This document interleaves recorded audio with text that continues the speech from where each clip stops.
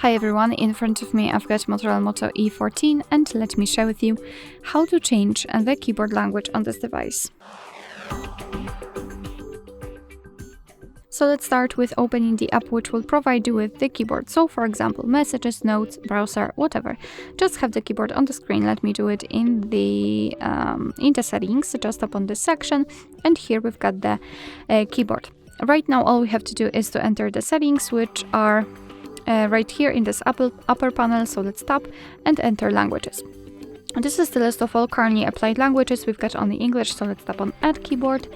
And here we've been transferred to the full list of available keyboards from which we can choose. We can scroll, of course, in order to find the language, or simply enter the name of it and then tap on it.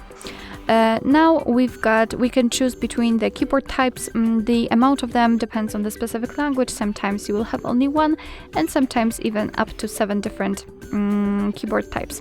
So just mark the option you'd like to use and tap on done.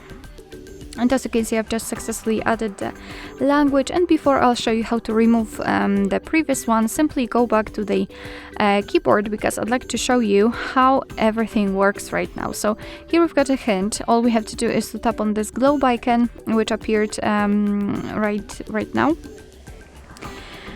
After activating 2 different languages, and thanks to it we can change the keyboard layouts, as you can see. What is more, the spacebar is not empty. We've got the name of the language we're currently using, so we can always check which layout we've got set. To remove the language, simply enter the settings again, tap on the languages, and here in this step we have to tap on this edit icon, mark the language we want to remove, and tap on the trash bin icon. And as you can see, we've got only one language applied, of course, the language of your choice. Alright, so that will be all. Thank you so much for watching. I hope that this video was helpful, and if it was, please hit the subscribe button and leave the thumbs up.